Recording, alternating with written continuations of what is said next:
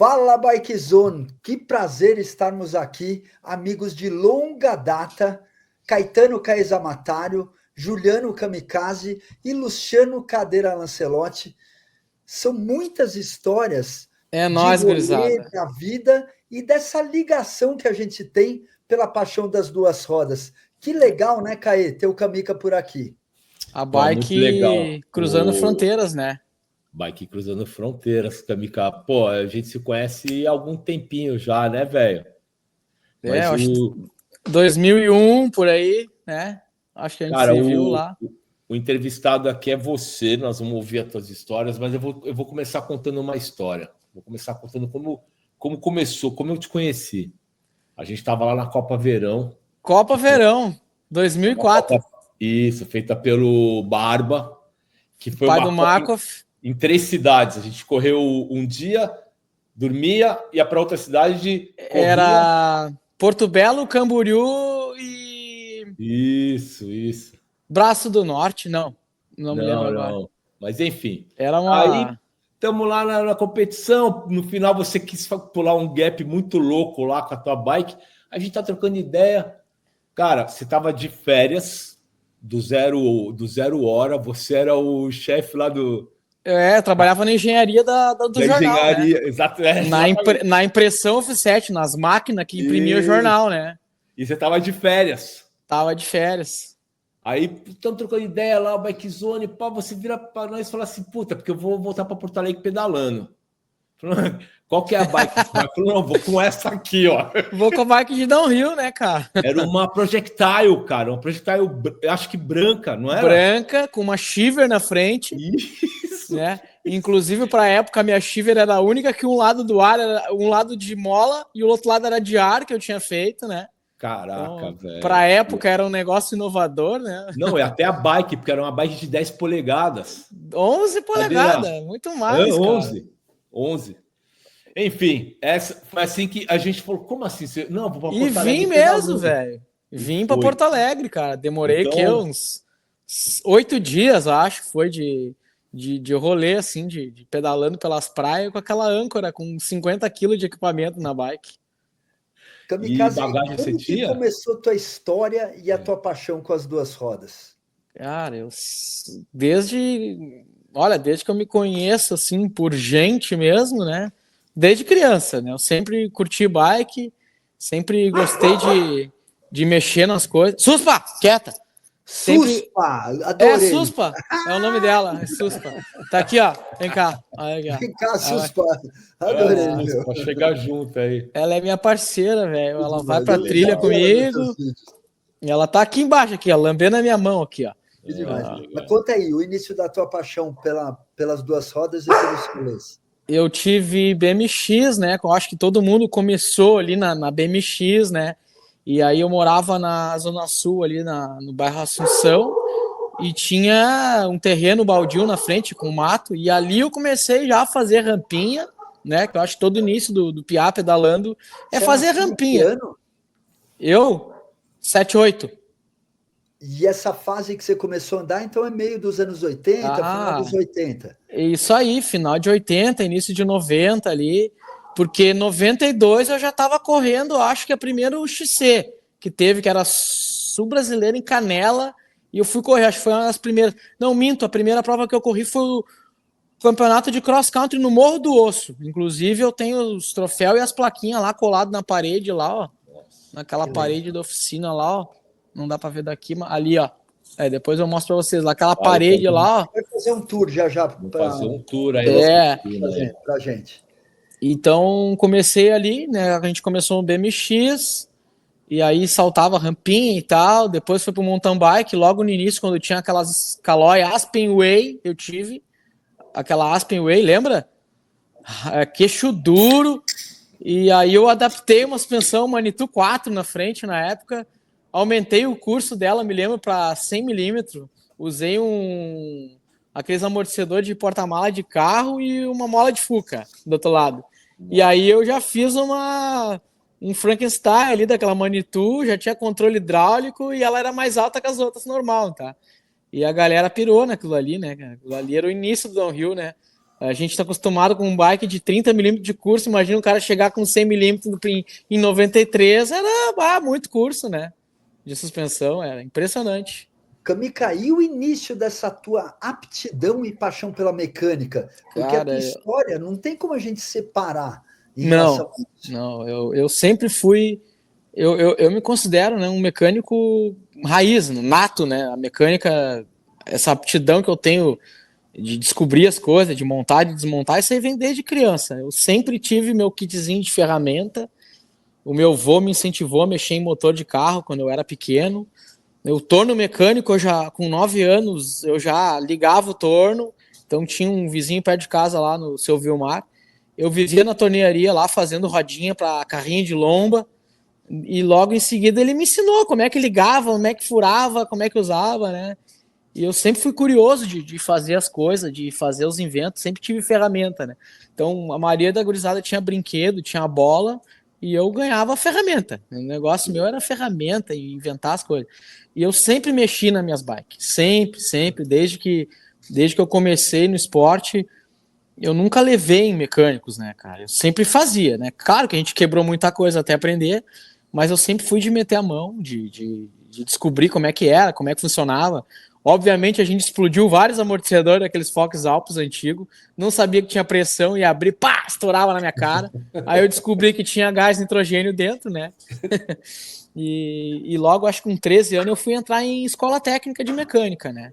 E aí, ali na escola técnica, que eu comecei a desenvolver mesmo, assim, na época não tinha guia de corrente, a gente fazia as guias de corrente, não tinha quadro com 10 polegadas, a gente pegava o canão dele, cortava o meio, fazia o amortecedor, virava 10 polegadas. Eu não tinha o equipamento que se tem hoje, né? Hoje é fácil de ter o equipamento, né? Basta tu trabalhar um pouquinho, ter dinheiro, tu compra. Naquela época não adiantava ter dinheiro, né? E às vezes também que se tivesse era muito caro. Então tu tinha que, além de ter dinheiro, tu tinha que encontrar o equipamento. E só tinha um tipo de bike, só tinha um tamanho, né? Então a gente tinha que criar muita coisa, adaptar muita coisa. E essa necessidade foi forjando essa aptidão ali para fazer tudo que a gente faz até hoje, né? Para poder andar, a verdade sempre assim, a gente sempre quis correr, sempre quis andar, não tinha aquela mesma condição que outros tinham de grana, então tinha que criar muita coisa, né? Inventar muita coisa. Que nem ferramenta, eu fiz muitas ferramentas para poder mexer nas minhas bikes, né? Então, sempre foi meu estilo de vida sempre foi metido com a graxa, não adianta, eu não consigo separar isso.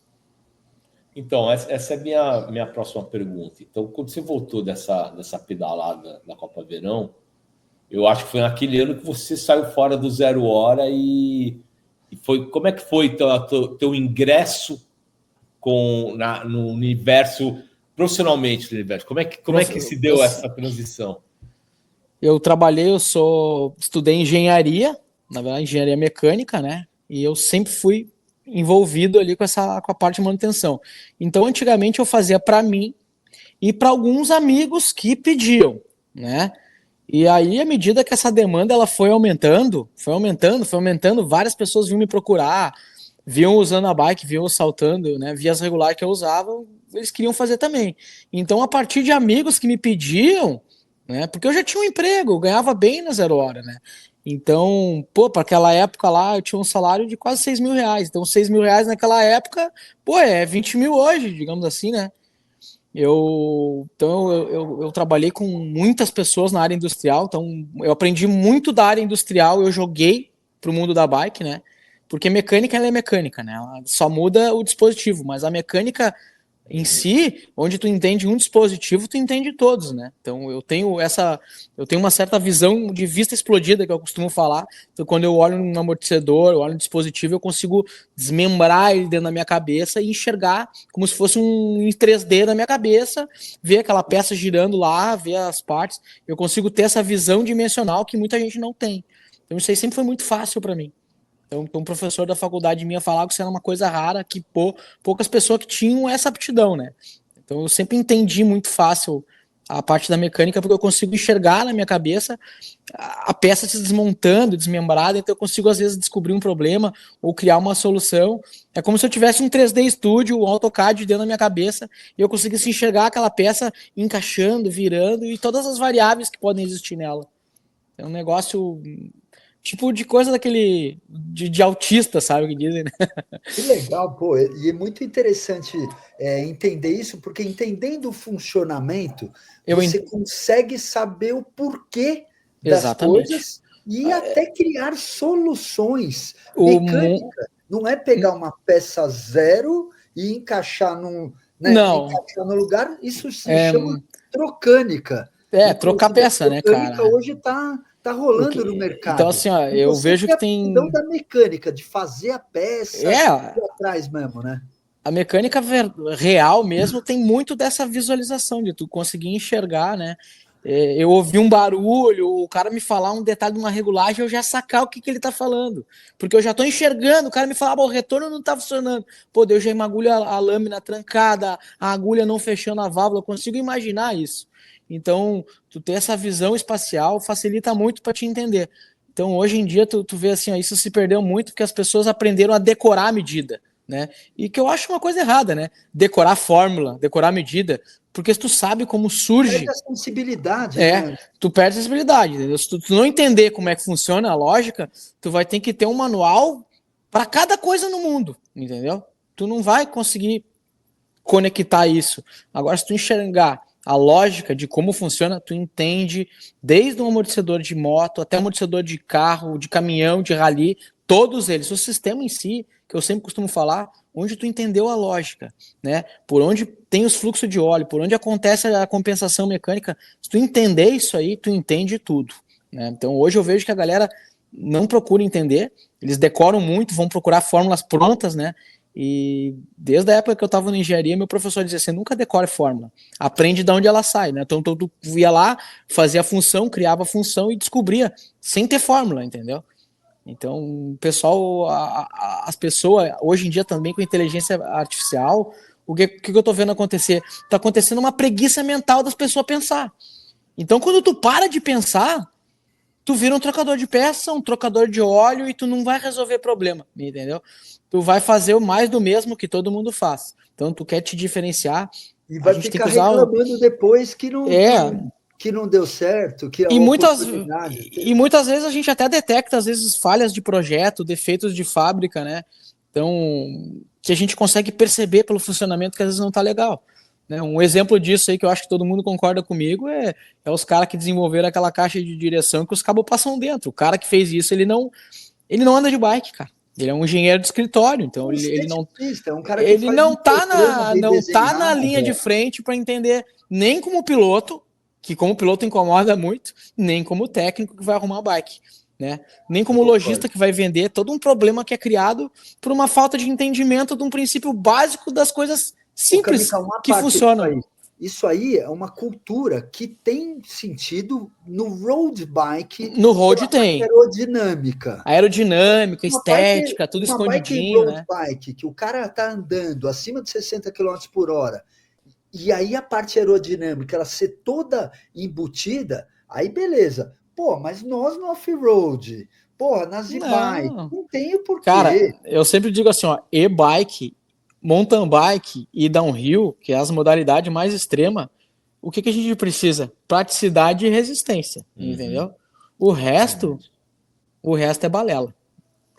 Tem praticidade e resistência, beleza, né? Não tem, o cara migra para outra marca. Isso os fabricantes às vezes não enxergam, né? O cara vai vender a bike, vai comprar uma bike que é mais simples para manter ou que incomode menos, né? Então todo mundo hoje procura.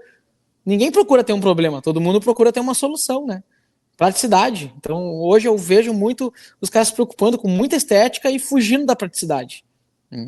E fora, né, a quantidade de incompatibilidades que existe no nosso mercado, né? Cubos, caixa de centro, caixa de direção, eixo. Não existe um padrão, que nem motor. A gente quer pegar um motor, não gosto de usar o motor da marca X, quero usar o da marca Y. Não dá. A gente não consegue. Mesma, né, tudo berço. Diferente. Então, a minha briga com os fabricantes, o que é? É compatibilidade. É as coisas de tirar de uma e botar na outra. Eu quero tirar o motor Bosch e quero botar o Brose. Eu quero tirar o Brose e botar o Shimano. Quero tirar o Shimano e botar um DJI. Não existe isso hoje. Cada fabricante faz um jeito, né? Cada marca tem a sua estética específica que não casa com a outra. Então, isso é uma dificuldade muito grande para quem é piloto, e para quem é mecânico. Entendeu? Então é muito difícil hoje. E até no meu caso, vou te dar um exemplo meu mecânico. O que acontece? Eu tô todos os meses, sem exagero, todos os meses eu tenho que criar um dispositivo novo para alguma coisa, comprar uma ferramenta nova para algum dispositivo que mudou. Vou dar um exemplo agora. A Trek mudou o ISO-Strut, né, que é aquele sistema de amortecedor integrado no quadro. Então eu tinha todas as ferramentas para o ISO-Strut antigo, que era fabricado pela Fox. Beleza. Agora a RockShox fabrica. Pensa se alguma ferramenta daquele antigo cabe no novo. Não, a gente tem que comprar tudo de novo. Então tem mais um monte de ferramentas novas para cada modelo que lançam, né? Lançaram o novo Vivid, novo Reverb. Todas as ferramentas são novas. Tudo que eu tinha do modelo anterior não é compatível com o modelo novo. E tranquilamente podia ser. A gente olha assim, bases é um pino que mudou 1 milímetro de lugar. Não tem um motivo para aquilo mudar. É simplesmente uma coisa que o mercado te empurra a goela abaixo. Tu tem que comprar, a gente faz diferente, que é justamente para vocês. É uma tem que nova comprar. maneira de se escravizar quem acha que está livre. Não, a gente não está livre. Então, assim, a quantidade de ferramenta que vocês vê aqui, ó. Então, essa é a cadeia, cara. A cadeia produtiva, né? A cadeia é essa, vem lá de cima e vai um fazendo você depender do outro, do outro, do outro. E no fim, cara, você tá no meio dessa história, você tá preso a marco. A gente tem a percepção de todos os lados, né? A gente tem a percepção do cara que anda, do fabricante, do outro mecânico que conversa comigo, de todas as pessoas ali.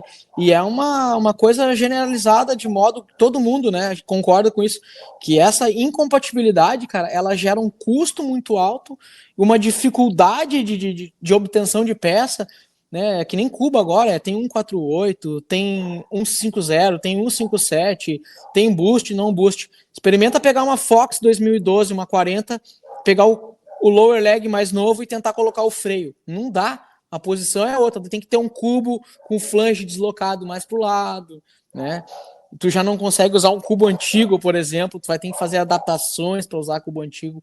Então são coisas que são simples, que para mim, na minha opinião, não precisava ser mexido, não precisava mudar.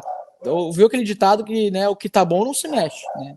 Então, que nem press fit, foram lá, criaram caixa de press fit, aí voltaram atrás, voltaram a fazer caixa com rosca, né? Por quê? Sabe? Porque não deu certo. Então, a gente vê o mercado, a gente vê o mercado indo e voltando. Uma coisa que eles estão dizendo que é ruim hoje, pode voltar amanhã, repaginada, dizendo que é melhor, né? É isso. Então, a gente vê isso muito presente hoje, né?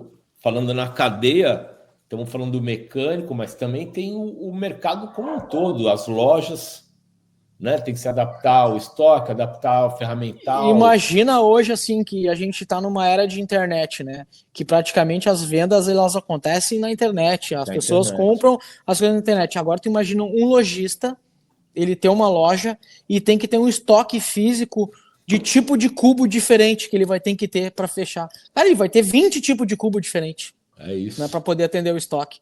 Isso é uma coisa que complica bastante, né? Tanto pro cara que é piloto, vou trocar de quadro. Peguei um quadro mais moderno, atual. Minhas rodas antigas não servem. Tem que mudar cubo, tem que mudar eixo. Isso aí dificulta, sabe? É aí que entra muitas vezes essa minha necessidade de fabricar uma peça sob medida, entendeu? Vou ter que fazer um eixo. Beleza, vamos lá pro torno, a gente vai fazer um eixo, né?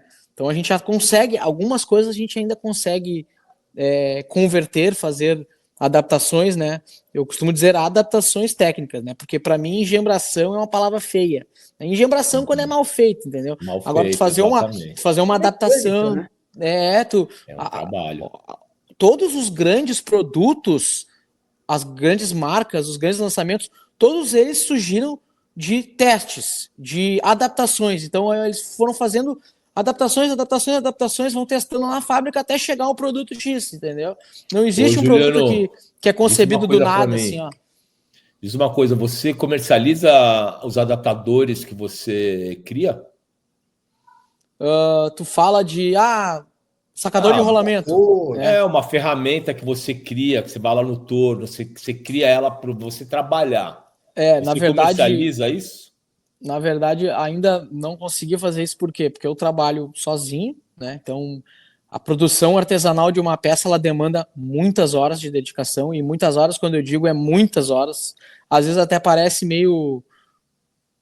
exagerado eu dizer que esses dias eu fui fazer um parafuso de uma Epic lá, de uma rosca esquerda, porque não encontrei para vender nenhum fornecedor, nenhuma loja Specialized tinha, só tinha um kit inteiro de R$2.000 por causa de um parafusinho. Bom, eu fui fazer o parafuso lá, eu levei 4 horas para fazer um parafuso de rosca esquerda, 4 horas, entre preparar o torno, fazer um gabarito, porque não tem como eu fazer o parafuso sem ter um gabarito para testar ele. Não faz, né? Não faz isso. No momento que tu tiver que parar 4 horas da tua oficina para fazer uma peça no torno, tu imagina em 4 horas quantas suspensões eu vou abrir e fechar. Sabe? O custo, né? Então, assim, ó, eu tenho um grande sonho, né? Se tiver algum investidor aí que quiser investir aí nas ferramentas Kamika Tools, aceitamos uma parceria para investimento. Gostei do nome. Eu já tenho até o nome, já tem algumas, eu tenho a minha linha de ferramenta que eu desenvolvi, que eu uso aqui, né? E às vezes a galera vê eu usando no Instagram ali e gosta. E esses tempos eu andei até fabricando, né, um sacador ali de rolamento da trava da Fox, que eu sempre via a galera metendo chave de fenda e marcava a peça. Daí eu fui lá num dia e desenvolvi, né? Também desenvolvi algumas ferramentas de left, que eu fiz uma parceria com o Fernando da Session também, para facilitar a vida. E todas essas ferramentas, elas surgem no momento que tu tá com raiva do negócio, tu quer jogar tudo longe, aí tu sai para dar uma banda, volta, olha aquele toco de alumínio, olha pro torno, olha pra peça, pai, se eu fizer assim, eu vou lá e crio a ferramenta. É assim que a ferramenta nasce, entendeu? Da necessidade do dia a dia, que tu não conseguiu, não deu certo, tá sofrendo, tu vai lá e cria um dispositivo que facilita a tua vida, né? Foi assim com os extratores de rolamento que eu tenho ali. Cada ano eu tenho que fazer uma nova demanda de ferramenta, porque os quadros mudam, né? Os alojamentos a gente tem que ir lá e fazer, né? Muda os tamanhos. Mas a ideia é assim, né? Conseguir colocar no mercado daqui um pouco tempo, conseguir colocar uma linha de ferramenta aí minha, né? Baseada nessa necessidade diária, né? Obtida por essa experiência de muitos anos. Porque não adianta um cara chegar num escritório e vou desenvolver uma ferramenta se ele nunca ter precisado usar ela. Então, assim, ferramentas que eu desenvolvo aqui, e às vezes eu vejo uma ferramenta original, tem uma ferramenta da Fox que eu uso ali, cara, que é um absurdo de difícil de usar. Aí eu fui lá e criei uma que é muito mais fácil, né? Então, às vezes a necessidade do dia a dia te mostra outras soluções que o manual não te diz, né? A vida é muito mais que o manual, né? O manual prática, é bom, te dá um norte, mas só a prática te traz a perfeição, né? Prática, né? Prática, repetição, a dificuldade ali, né? Então, por que eu vou usar um dispositivo que eu levo 1 hora para usar se eu posso fazer um dispositivo que eu levo 2 minutos, né? Então, tem várias coisas que eu fiz, que eu uso até hoje aqui na oficina, que não são ferramentas que estão no manual, não são ferramenta padrão original, mas que funcionam melhores que a original e são mais práticas, né? Então, isso aí a gente vê no dia a dia. No dia a dia eu vou desenvolvendo ali, né? Quanto menos tempo eu levar para fazer um serviço, né? Mais tempo só para mim fazer o rolê, para mim ficar com meu filho, para mim dar meu pedal, né? Porque a vida não é só trabalhar também, né? Então o importante é de loja, Kamika. Quantos anos de loja? De oficina? Desculpa. Desde o dia que eu decidi que eu parei de trabalhar para os meus amigos. Galera, eu vou começar a atender na oficina mesmo, assim, desde trabalho para corrida desde 2003 praticamente. Eu comecei a trabalhar forte. E eu toquei muitos anos em paralelo, né? Na 0 hora, eu trabalhava de madrugada, né? Por que eu trabalhava de madrugada? Por que eu trabalhava? A galera nunca se ligou. Por que eu trabalho? Vocês já viram que eu trabalho de noite, né? Porque é onde a máquina não tá rodando. Então, essa galera nova, a geração internet, né? Eles não vivenciaram o jornal. Sim. Tu sentar no banheiro, dar uma cagada no banheiro, lendo jornal. Se meu pai fazia, teu pai fazia. Ou tu botar um jornal para fazer o cachorro fazer xixi ali, né? Uma coisa célebre. O papel jornal, a galera de hoje não viu isso. O cheiro da impressão, ninguém viu isso. Uma coisa célebre aqui de São Paulo, Estadão. Eu visitei o Estadão. Augusta, ali no centro, esqueci o nome da... eu visitei o Globo e visitei o Estadão. Você via, você via a impressão de jornal todo dia. Só para dar uma ideia para vocês, né? A máquina que a 0 hora tinha, né? Eu trabalhei primeiro, eu entrei em 96 na RBS. Então eu participei da montagem de uma máquina americana que se chamava Newsliner, fabricada pela Rockwell Goss, né? Então ela tinha a sede, inclusive, no Colorado, né? Onde é a sede da SRAM. E eu trabalhei lá, instalei essa máquina, que era Newsliner, o nome dela, e tinha uma outra máquina mais antiga, que tinha já uns 20 anos, que era a Metroliner, né, que ela imprimia a largura total do jornal. Então era a única máquina de largura total na América Latina, era do Grupo RBS e do Globo. Fazia as 4, não as 2, as 4. Então fazia, pô, era uma bobina uma bobina de papel do tamanho de um golzinho, de um carro 1000, sabe?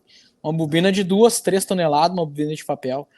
Então eu vi muito isso aí. Então a máquina ela tinha 120 metros de comprimento por 27 metros de altura. Era o tamanho da máquina, com várias unidades de impressão, né? Tinha todas as cores ali, amarelo, azul, preto. Então o papel subia no meio da máquina e pegava todas as cores no papel e entrava numa dobradeira que saiu o jornal prontinho, dobradinho, numa esteira, assim, ó. Era legal de ver aquilo. E isso tudo acontecia de madrugada, porque as pessoas tinham que receber o jornal em casa às 5 da manhã. Então, o que a gente fazia? A gente trabalhava de madrugada. Muitos anos eu saía da faculdade, saía da engenharia, vinha lá da Zona Norte, Porto Alegre, perto do Morro Santana, campus da URGS, e ia para Zeró de madrugada. Então, eu virava à noite, né? Então, virava à noite trabalhando muitos anos. Ia pra corrida sem dormir, era louco o negócio. Até que eu vi assim que, cara, eu não quero mais fazer isso, eu quero ficar só no mundo da bike. E eu fui ficar única e exclusivamente só com a minha oficina em 2011, né? Desde 2001 eu já fazia serviço para uma galera, já fazia serviço de torno. Eu tenho torno desde 1996, eu tenho torno. Sempre fiz para as pessoas, para outras pessoas, para uma galera me pedia, eu fazia. Mas que eu fui registrar em empresa, né? E fazer o meu próprio CNPJ foi em 2011, que eu saí de vez da indústria, ainda fiquei prestando serviço para eles até 2014, mas não como funcionário, sim como terceirizado, que era mais negócio eu trabalhar na época terceirizado para eles, né? Daí eu trabalhava para a Gráfica Palotti, eu trabalhava para o Jornal do Comércio, trabalhei para Zero Hora, daí instalei máquinas em várias outras gráficas, né, fazia manutenção de máquina gráfica, e eu ganhava muito mais sendo terceirizado do que sendo funcionário do Grupo RBS. Né? Não, que eu vi isso, né, depois na prática, que valia muito mais a pena eu trabalhar por mim. E aí eu registrei a empresa, que é o Kamikaze Bikes, né, em 2010. Eu registrei em 2010, registrei como empresa, era microempreendedor individual, depois eu mudei para Eireli, né, que é o que eu tenho até hoje, né. E o interessante de falar com você, cara, a gente tem uma noção do quão importante é o conhecimento técnico, né? Você não é só um mecânico de bicicleta, você conhece do assunto. E é incrível como que esse teu conhecimento se espalhou no meio, que a galera do meio te respeita absurdamente, cara. Eu nunca achei que um mecânico do sul do Brasil, fosse fazer um videozinho na internet e o vídeo ia ter 1 milhão de visualização. Eu nunca imaginei isso. Eu sempre imaginei, quem é que vai se interessar por ver peça de bike desmontada, né? Eu praticamente criei esse conceito de vista explodida, que é o que a galera hoje, monta um amortecedor bonitinho na bancada, sabe? Isso, cara, não se falava com mecânicos antigos ali, como o Zé Mecânico, o finado Ulisses Dupas lá, baita parceiro, Deus o tenha, o Yamaguchi, essa galera aí que também o Lovesse, né, que era o Marcelo Lovesse, que é essa galera aí que são eles são pouca coisa mais velho que eu ali, mas em paralelo a gente sempre trabalhou, a gente foi mais ou menos paralelo na mesma época, né? Então a informação ela era muito escondida, ninguém falava nada para ninguém comentava nada, se eu perguntava alguma coisa para alguém, ninguém me dizia, entendeu? Então eu tive que correr atrás e descobrir muita coisa, né? Então o que eu comecei a mostrar para a galera? Eu comecei a mostrar para as pessoas o que ninguém mostrava, que era a vista explodida, o processo de desmontagem. Então eu sempre fui metódico naquilo ali, né? Como eu enxergo as coisas na minha cabeça assim como vista explodida, então eu comecei a fazer esse serviço, né? Desmembrando o amortecedor, desmembrando as balanças das bikes em cima da bancada. E até então ninguém fazia aquilo, ninguém mostrava. Na época do Orkut, vocês lembram Orkut? Né? Eu lembro. Então, na época do... o ICQ, lembra o ICQ? ICQ, DH Brasil, eu botava as fotos do amortecedor, desmontado no DH Brasil pra galera, aquilo lá era coisa do outro mundo, entendeu? Então, hoje, essa geração nova de mecânico tem caras bons no Brasil, Eu cito alguns aí muito bons, né, cara, que também produzem peças ali, que tem uma mentalidade fora da caixa, tem vários, né? Quem são esses caras que você hoje acompanha e que você acha que estão evoluindo caras que eu ajudei, assim, mecânica? Caras que eu ajudei lá no início também, que eles eram meus clientes, mandavam amortecedor para mim, né? E depois tem um rapaz ali que eu admiro muito a mão dele de usinagem, que é o Lionel, que é o LB Bike, né? Que é um cara, ele é muito. Lionel, o nome dele. Da onde é? Ele é do Espírito Santo. E, cara, ele é muito bom na usinagem. Ele é um cara. Tu olha pra ele assim, tem aquela carinha dele de nerd, assim, né? Mas ele é gente boa. Ele é um cara inteligente, cara. Ele é um cara que eu vejo que dessa geração aí deu bom, entendeu? Ele tem uma noção de mecânica, noção de usinagem, sabe? Então ele entende. Tem um carinha lá do norte também, que é o Pará Bikes, também que desenvolve algumas peças, né? Tem o Thiago Mecânico, que difundiu uma cultura de ensinar a galera. Inclusive, o Thiago Mecânico veio fazer um treinamento comigo em 2018 e ele abriu. Do Paraíba aqui, né? É o Thiago Mecânico, ali, que ali é de São Paraíba, Paulo. acho que é São José, né? Ele é bem famoso também, é um baita profissional. E ele veio, né? Ele já vinha me perguntando na época muita coisa e queria aprender mais, né? De suspensão. E ele me pediu, quando eu montei essa oficina nova aqui em 2018, que essa aqui eu construí tudo novo, eu e mais 2 pedreiros, né? Legal. Então, e eu falei para ele antes disso, eu não tinha uma estrutura legal para receber as pessoas, era na garagem do meu pai, né? Então eu já estava lá invadindo o meu espaço do meu velho, aí eu resolvi comprar o terreno aqui e construir eu mesmo do zero, né? Eu mesmo comecei a construir, eu mesmo comecei a cavar. Quando essa oficina ficou pronta, o primeiro cara que eu recebi na minha oficina para dar um treinamento, que eu até então nunca tinha dado um treinamento para alguém, né? Eu sei fazer, mas não sei muito ensinar os outros, assim, né? Essa aptidão de ensinar é meio difícil, sabe? A didática. Aí o Thiago veio, né? Ficou uma semana comigo, ensinei um monte de coisa para ele na prática, e ele que me deu uma visão assim, porra, cara, tu sabe muita coisa e tu tem que abrir um treinamento, tu tem que ensinar isso para as pessoas. Ele falou para mim que eu devia abrir um treinamento. Foi ele que me incentivou a criar um treinamento online que eu tenho hoje. Legal. Hoje eu tenho um treinamento online, aí deve ter 10, 15, 16 módulos tem o meu treinamento online ali, então, hoje, legal, cara. Que ajuda muita gente também, entendeu? Tem um grupo de mecânico ali que é dos meus alunos, né? Então deve ter o quê? Umas 600 pessoas total, acho que no grupo. São todos os caras que adquiriram um treinamento aqui comigo, né? Então eu comecei a passar o conhecimento, porque não adianta, velho, se eu não passar nada para ninguém, eu vou levar isso pro caixão. Então, melhor Kamikaze, passar. Sabe que aqui na Flórida tem alguns mecânicos do Brasil, né? E tem o Ney, que era da Shimano. Acho que eu já ouvi falar. Trabalhou anos na Shimano e tá aqui, cara, e aqui ele arrepia. O cara, meu... Sabe o que acontece, cara? O brasileiro, cara, ele se vira, entendeu? Abraço pro Ney. O brasileiro, ele se vira. Onde tu me largar em qualquer lugar do mundo, velho. Vou contar uma história pra vocês que é tri engraçada, mas tem a ver com isso. Uma vez eu fui pro Uruguai, sabe? E eu cheguei lá, pra te ver, e eu não sabia... O cara acha que sabe falar espanhol, mas na verdade a gente nunca sabe, né? A gente acha que sabe. Ver, né, e aí eu cheguei pra pedir ovo, né? Daí eu pedi ovo, né? Eu queria comer ovo, né? Em Punta del Diablo. E aí, cara, ninguém me entendia. Daí sabe o que eu fiz pro atendente? Eu fiz assim, ó. É o Evo. E aí o cara, Evo, daí pá, daí ele me deu ovo. Evo!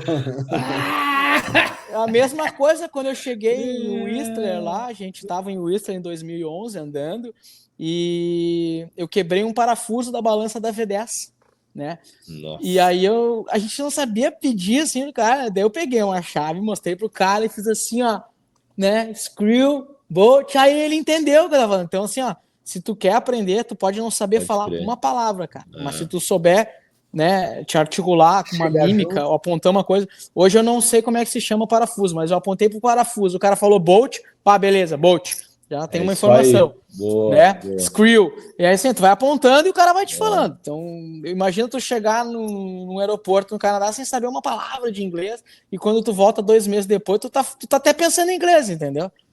Então, é muito do brasileiro, ele vai e se adapta, né? Então, eu, em 2 semanas lá em Whistler, moía a bike, né, cara? E, claro, eu ficava catando peça de bike no lixo das lojas, né, cara? Então, E o brasileiro tem isso, de pegar uma peça que tá velha e para eles é lixo. Para eles é lixo, para nós é ouro, cara. Tá? Essa visão que a gente tem aqui é diferente, cara. Até hoje, cara, eu tenho essa fama de acumulador. Eu não posso sair na rua ali, eu acho um arame, uma chapinha, um negócio, eu trago para casa, né, cara? Eu tenho uma caixa, uma sala de tralha ali que salva muito, né? Diz uma coisa para mim, voltando um pouco para a parte do esporte, porque além de tudo, todo esse dom que você tem, né, que é um dom, essa visão que você tem das peças. Eu demorei para acreditar que isso era um dom. Agora, hoje eu vejo, né? É um dom. Entender isso fácil é um dom. Conta pra gente um pouco da bike, cara. Porque a tua história, na verdade, vem do freeride. Eu tenho conhecimento de várias atuações tuas no freeride, desde, da época do Bike Zone, você mandava foto pra gente. Mandava, velho. Um drop gigante, velho. Isso. Tinha, né, o Elo Perdido, que foi um... Cara, o que a gente acontecia? A gente pegava, assim, ó, na época era fita cassete, véio. Todo mundo de nós aqui viveu isso, né? Então os caras lançavam lá aquele filme New World Order 2, New World Order... Depois de 4 meses, 5 meses. E, cara, aparecia aquela fita, a gente gravava de um videocassete pro outro, juntava aquela piazada na casa de alguém, no pai de alguém tinha um videocassete, ia lá, juntava aquela galera, fazia um churrasco, aí nós víamos New World Order, terminava aquele filme e saía tudo louco pra rua, saltando calçada, escadaria. E aí o que aconteceu? O kamikaze mecânico, ele surgiu do kamikaze piloto, por quê? Porque como o freeride extremo, na época não existia uma bike que suportava todo esse impacto, não existia um equipamento avançado, né, que estava na nossa mão na época, por um custo acessível. O que aconteceu? Eu me obriguei a ter que mexer nas bikes, porque eu quebrava as bikes mesmo. Eu sou cupim, até hoje eu confesso, eu sou moedor, eu sou cupim. Eu sou cupim de bike, velho. Eu destruo as bikes. Então, deixa eu falar uma coisa. Se eu não fosse mecânico, eu ia tomar um prejuízo, velho.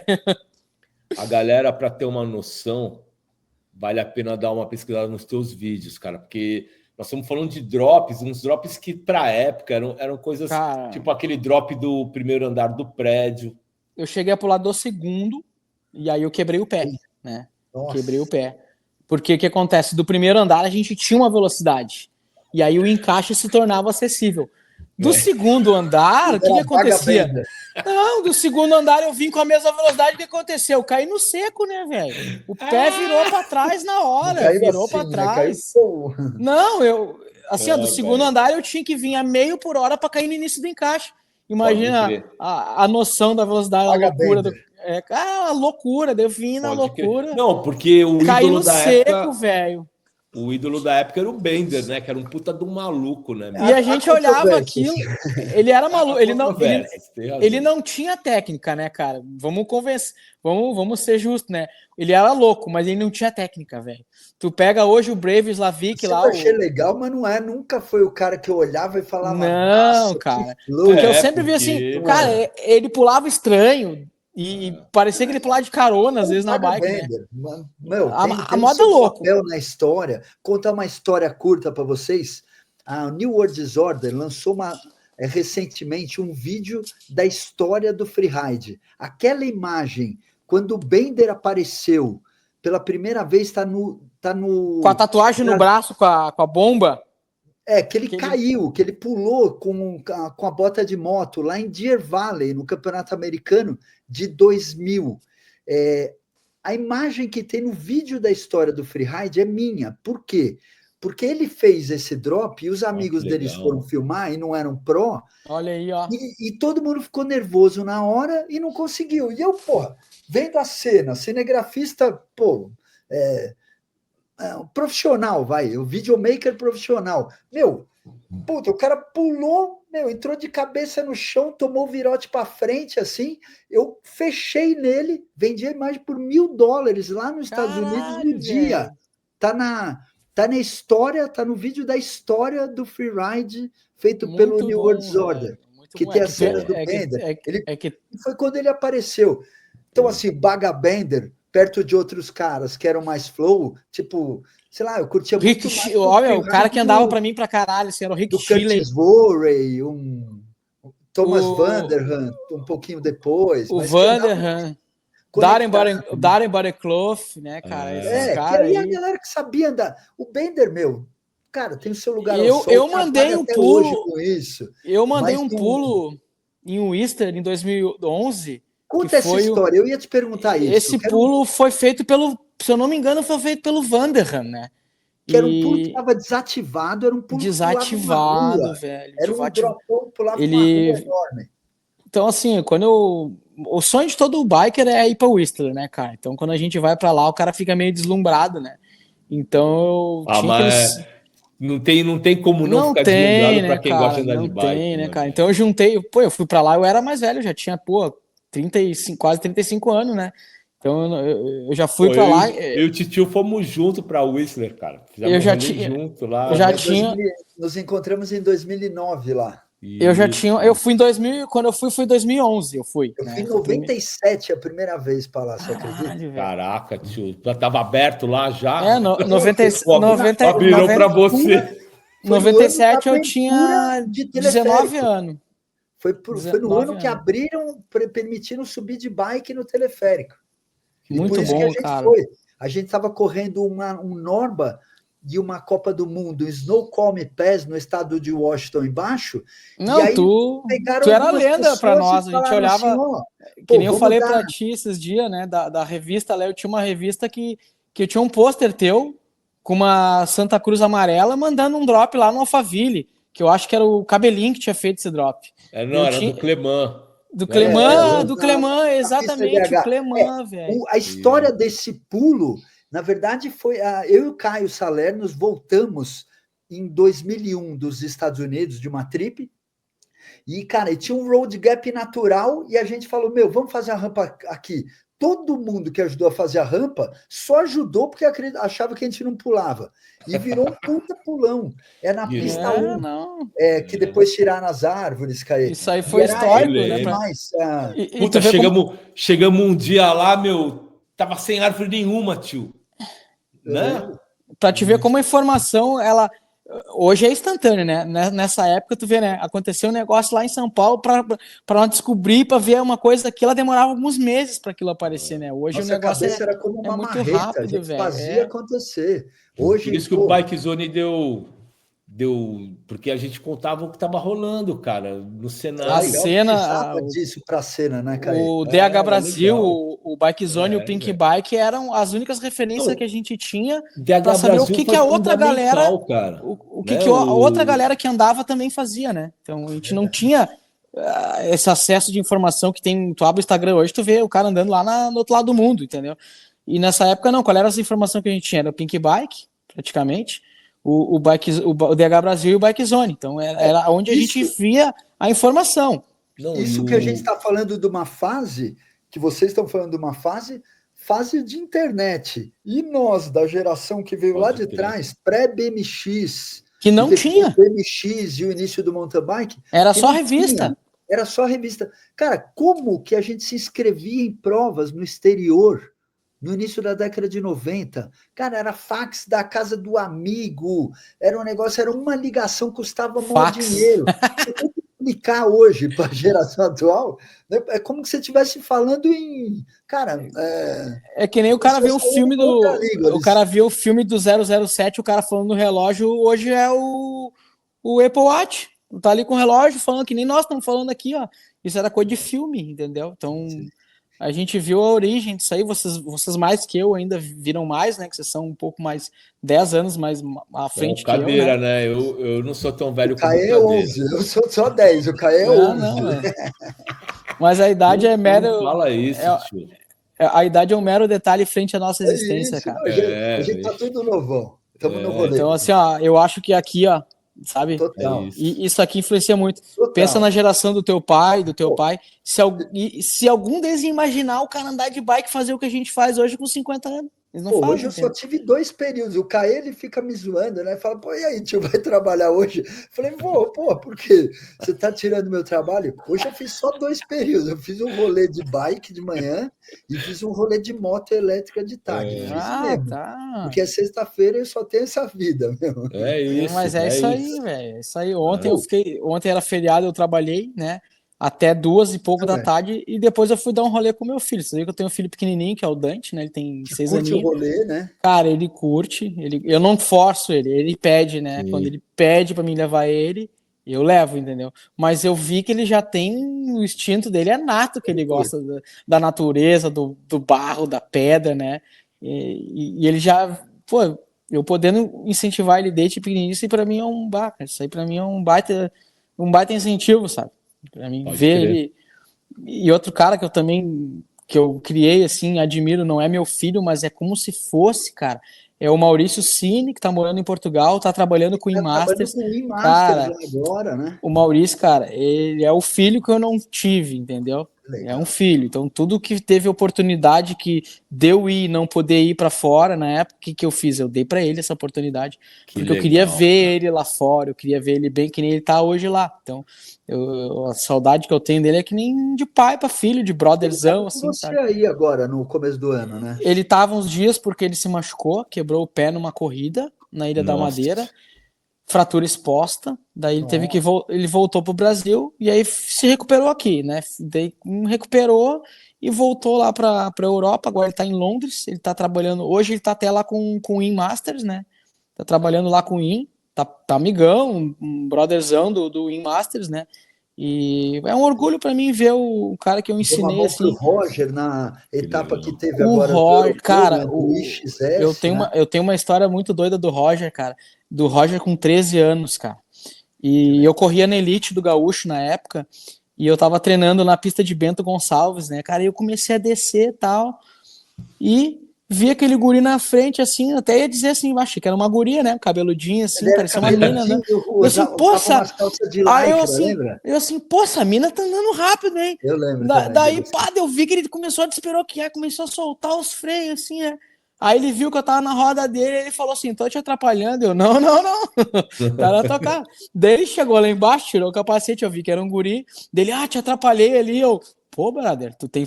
Eu falei assim, pô, brother, tu tem futuro pra Mundial, tu anda muito. E, cara, onde é que ele tá hoje? Mundial, sabe? Então, a gente que tem esse lance da bike no sangue, a gente olha pra um cara novo, talento, a gente sabe, pô, esse cara tem talento. Então, tipo, eu não preciso ver a história dele hoje, entendeu? Eu vi ele lá no passado. E naquele passado que eu via ele com um equipamento ruim, o pai dele se fudendo para botar peça de bike, lixando pistãozinho de freio, o que ele fez tripas coração para aqueles guri andar, vocês não têm ideia, cara. O que ele fez, ele abdicou de tudo para botar esses guri para andar. E eu vi eles lá na origem. Até levar para fora também, né? Até levar para então, eu vi eles lá na origem. Então, às vezes eu falo com ele, né? Eles mandaram uma foto esse dia, aí tava lá o Minduí mexendo na bike do Roger, daí eles mandaram uma foto no Instagram pra mim, olha aqui, não sei o que, Minduí tá se fudendo aqui, mexendo na minha assunto, tava lá, entendeu? Então são galeras que eu vi crescer e pra mim, cara, é um grande orgulho eu saber, né? que um pouquinho também de uma descida que o cara veio atrás de mim, de uma coisa que ele aprendeu na bike, ele pegou comigo também, vários deles pegaram muitas ideias comigo ali, sabe? Eu também fui elite uns 10 anos eu corri na Elite do Gaúcho, né? Não cheguei a ganhar o campeonato nunca, porque na época quebrava equipamento, dava problema, mas fiz segundo e terceiro algumas vezes no Campeonato Gaúcho. E Master eu sou 11 vezes campeão gaúcho.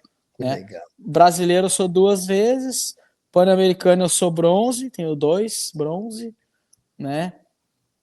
E muitos anos de mountain bike, não adianta, né, cara? Não para, né? Não, a gente tá ligado com a bike 24 horas. Uma outra coisa legal, acho que foi no final do ano passado, se não me engano, você teve uma oportunidade muito legal, você foi para o quartel-general, para o headquarter da SRAM. Fui.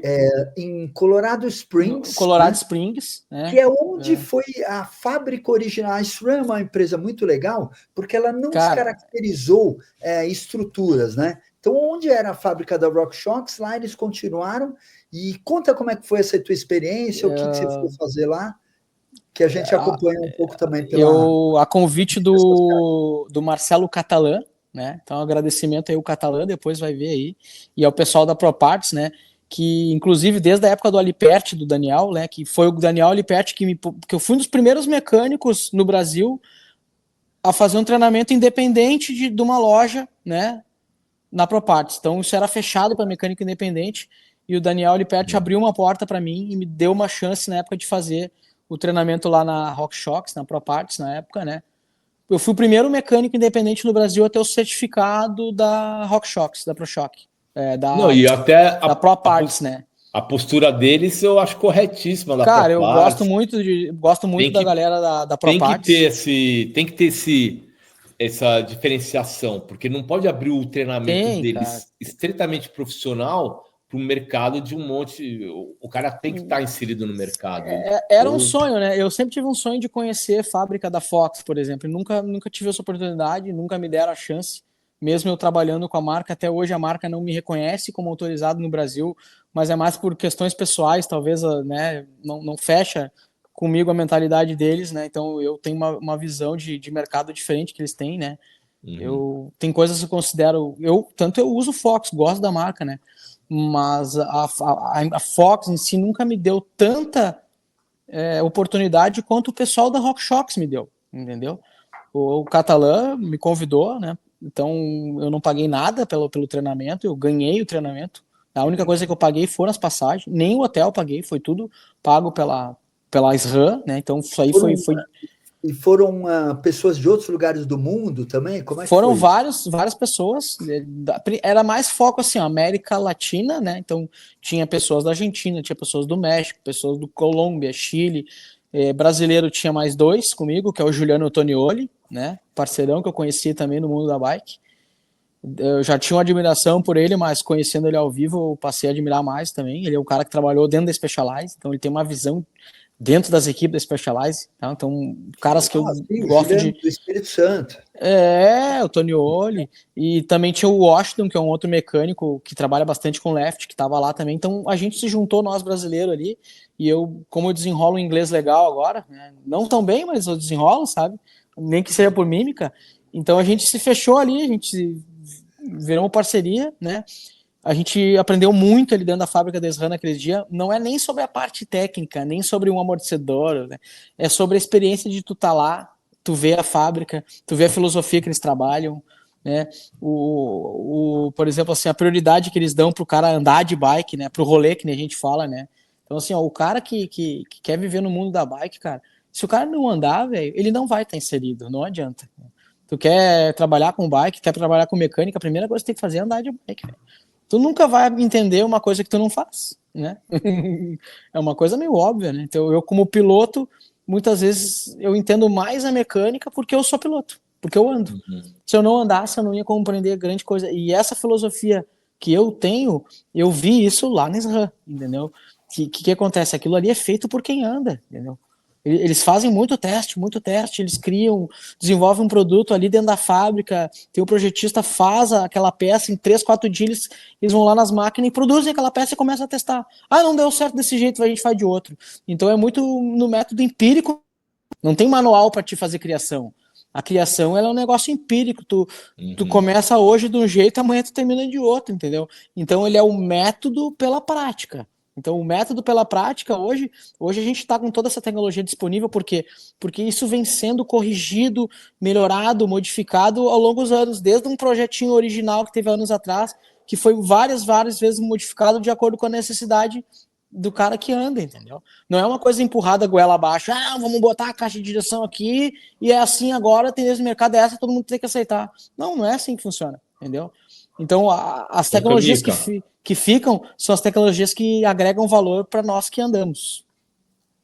Eu queria só saber, você foi lá e hoje você é um mecânico que representa a marca, a tua oficina, como é que funciona a sua relação comercial? Eu sou autorizado SRAM, né? RockShox. Então, qualquer item RockShox que o pessoal quiser encaminhar para mim, a gente faz revisão, né? Tenho uma relação boa com o pessoal da ProParts, inclusive me deram um grupo ali para testar, né? O T-Type, estou usando o grupo eletrônico, né? Que foi uma cortesia lá do pessoal da SRAM. Valeu, galera. Estou usando até agora. Justamente para testar e dar o feedback para eles, que eles queriam, o que eles queriam lá na SRAM que me falaram, né? Eles queriam justamente não apenas o cara que mexesse com o bike, mas o cara que também andasse com a bike. Porque eles precisam do feedback do cara que tem o feeling, que anda, que sente, que pode dizer assim, eu achei a troca do eletrônico mais lento que o cabo, eu achei a pegada do freio mais diferente do mineral, diferente do DOT. Então eles querem, não o cara que vai ali, né, trocânico, troca peça, sangra, monta, deu. Eles querem o cara que entende, que sentiu que o freio mudou, que a marcha mudou, que a peça se tornou melhor. Eles queriam essa opinião. E às vezes essa opinião ela só vai sair do cara que está andando, né? Então o cara que está andando ele vai perceber coisas que o cara que está sentado lá no escritório não vai ver, nunca. E hoje em dia está muito fácil, Kamikaze, das pessoas darem a sua opinião e ensinar a colocar um vídeo como montar, como desmontar. Porque o que acontece, cara? Tem o bom e o ruim da internet, tá? O bom da internet é que ela deu acesso à informação, mas o ruim é que ela deu acesso à informação para qualquer boçal, tá? Então qualquer um hoje pode se tornar uma verdade, tornar uma mentira uma verdade. Então, assim, ela deu voz tanto pro cara que entende, quanto com o cara que não entende bosta nenhuma. Então tem muito. Tu vê que tem muita gente que entende. E para quem não tem o que dizer também, né? Então, assim, a gente tem que saber filtrar, porque tem muita informação e tem muita desinformação. Então, assim, é necessário hoje o cara ter um discernimento para saber definir, né, o que vale, o que não vale a pena, o que se faz, o que não se faz. Não, e eu acho que deve passar isso aí também, Kamikaze. Eu passo isso, cara. Aqui eu sou mecânico de bicicleta.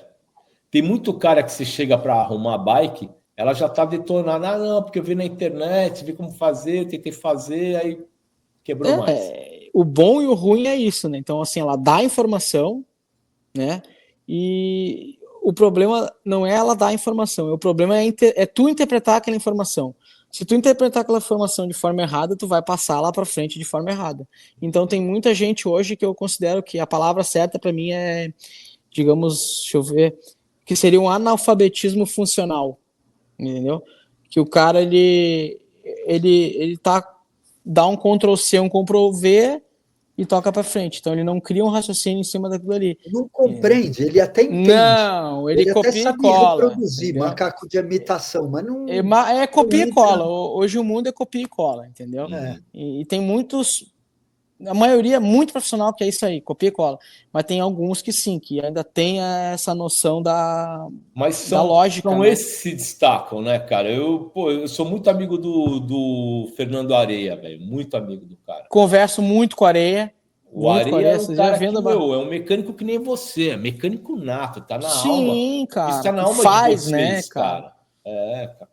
Pô, então, eu não sei quanto tempo dura essa nossa geração, que é esse estilo de trabalho que a gente leva, né? Eu espero conseguir passar esse estilo de trabalho para próximas gerações, mas até hoje, por exemplo, eu não tenho um ajudante aqui na oficina. É difícil a gente treinar alguém e esse alguém ficar ou suprir a necessidade que a gente precisa, né? Porque lidar com a mecânica, lidar com equipamentos caros é uma baita responsabilidade.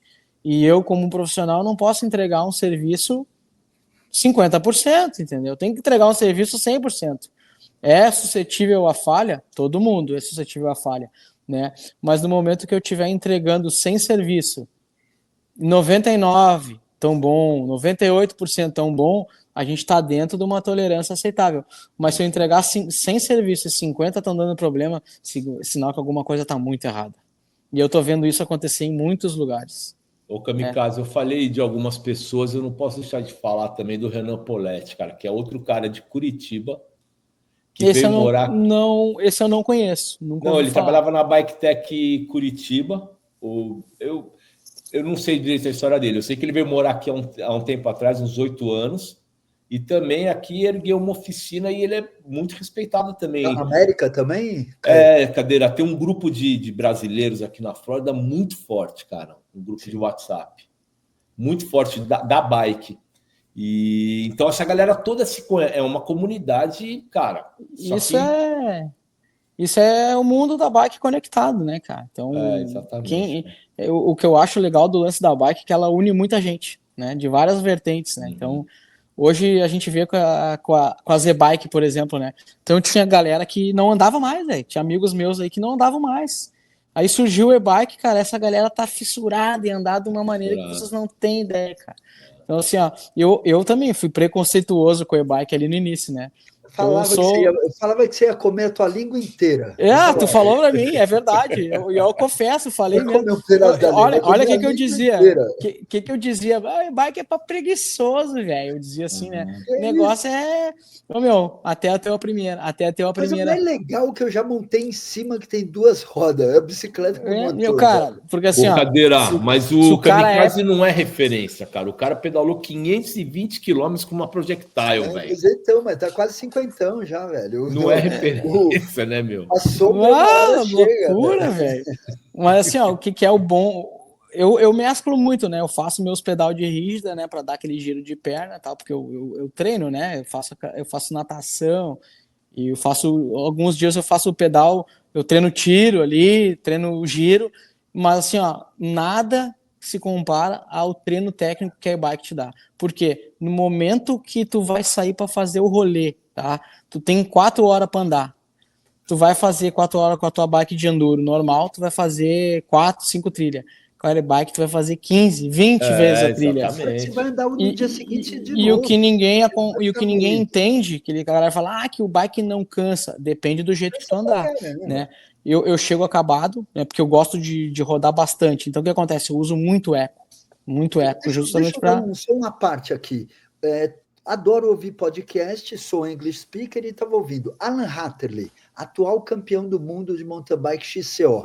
Ele foi o primeiro campeão do mundo de IMTB XCO 2019 em Mont Saint-Anne. A maior média dele de batimento cardíaco histórica é na foi na bike, brother. Mas assim, o cara estava de bike. Porque assim, o coração não baixa nem na descida também, velho. O exemplo que eu dou é o seguinte: tu tá andando com a bike normal a 10 por hora, tu fazendo um X força. Você vai estar com a e-bike tu vai fazer a mesma força, só que tu vai andar rápido, a 25 por hora. Então não é sobre economizar a bateria, não é sobre cansar as pernas, é sobre andar mais rápido, velho. Quem gosta não é sobre menos, é sobre quando a gente fala em adrenalina, velho, a gente fala em velocidade, velho. E a gente que gosta de velocidade, quanto mais rápido a gente anda, é mais legal, velho. Né? É o tempo inteiro aqui, ó. Técnica. Cara, com a e-bike a subida vira divertida porque o cara escala os negócios assim, ó. Não, e lugar técnico, tipo trial, eu gosto pra caramba de há um mês atrás degrauzeira na subida. Eu também, e há um mês atrás me aconteceu até um choque de realidade, que eu costumo dizer, né? que às vezes a gente não consegue, na cabeça do cara, eu tenho 18 anos sempre, então o corpo é 18 anos, a cabeça é 18, o reflexo é 18 anos, só que com quase 50, o que acontece? Esse reflexo diminui. Tá na cor da mida do cara. Tô barbudão aqui, cara. E essa percepção de cansaço, às vezes tu não percebe com a e-bike a parte superior do corpo. Que tu começa... O que acontece?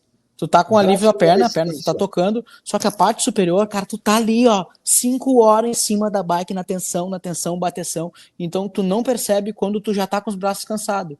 E aí aquele o braço mole, é o excesso de confiança que tu já andou pra caralho, já andou 5 horas direto. Aí tu, vou fazer mais aquele rolê pra chegar em casa, e tu quer fazer ele no mesma tocada que tu começou o rolê de manhã cedo. Não dá. Esse dia eu tomei um chão feio, cara, cheguei a apagar, bati cabeça no chão, quebrei capacete. Umas 2 semanas atrás. Não, caraca. Um mês atrás, né? Como é que chama isso aí? Até tem um vídeo. Síndrome da braçomolescência. Exatamente, cara. O bracinho ficou mole. E o reflexo também, né? Porque tu já tá cansado. E tu não nota isso. Tu não nota. Porque assim, ó, tu começa a trabalhar um core e braço muito mais com a e-bike, porque é uma bike de 25 kg, tu já tem que fazer mais força para segurar, a puxada, até a puxada em rampa ela muda, né? Então tu não percebe isso no início do pedal, mas lá no final do pedal tu percebe muito. Vibra, né? E aí eu até botei tem um vídeo no Instagram eu falando ali, que eu mostro o braço ralado, eu falo, excesso de confiança. Daí eu falei, eu pequei o excesso de confiança e tal, então quando é que o cara erra, né? Quando o cara acha que tá tudo bem, né? Só que na verdade já não tava, o corpo já tava mais cansado. Uma coisa que eu sempre falo no rolê é o seguinte, não deu o último. Tipo, essa palavra eu nunca falo. Não dá o último. Puta, eu nunca falo, eu falo mais uma descida. Se é o último rolê, então é melhor não ir, cara. Não vou. Quando tem nas corridas, velho, essa palavra é proibida, velho. A gente tá falando das maravilhosas IMTBs. manutenção em motores de MTB. É uma especialidade que você está entrando também, porque é uma área legal, né? Eu tenho feito algumas, né? Fora de garantia, Specialized, a gente troca correia, Brose, né? Motor Brose, troca muito motor, né? Ainda, hein? Não faz. Eu digo para as bikes. Para as bikes da Specialized, né? Que a maioria que tem muita Specialized. Muita Specialized. A correia e a embreagem que dá BO, né? Na correia rompe, na embreagem. Mas por que rompe? Porque quando tu não entende como funciona a bike ela não funciona com acelerador, ela funciona com cadência. Então, se tu entregar cadência para a bike, tudo vai funcionar melhor. A bateria dura mais, o motor dura mais, tá? Total. Então, se tu usar marcha com giro, com cadência, troço leve, cara, a bike entrega a melhor potência de todas. Agora, se tu andar trancado, marcha pesadona, estoura a correia, né, detona a embreagem, detona a bike, então tem que reaprender a usar. Então tem muita gente que eu tô vendo que detona a bike porque não sabe usar. A primeira e-bike que eu tive ali, que foi a da OG, né, eu estourei o motor Shimano com 3.998 km. Faltava 2 km para fechar 4.000. E aí deu erro W201, uma coisa assim, não me lembro agora o número. Mas aquelas coisas eletrônicas dele lá. Deu um problema eletrônico, não foi problema. Então, a grande dificuldade que eu vejo hoje na e-bike não é a mecânica dos motores, é a eletrônica. Os encoder, a comunicação, a decodificação de uma placa para outra, isso aí dificulta muito, entendeu? Então, bikes que estão na garantia, eu sempre indico a galera, cara, tá a garantia da Shimano? Usa a garantia. Porque é melhor, entendeu? Porque assim, ó, eu tenho às vezes 10 motores aqui parados na oficina. Eu não consigo tirar a placa do motor e usar no outro. Por quê? Porque elas são encriptadas. Elas são encriptadas. Não tem como tirar uma placa do Shimano e botar em outra carcaça.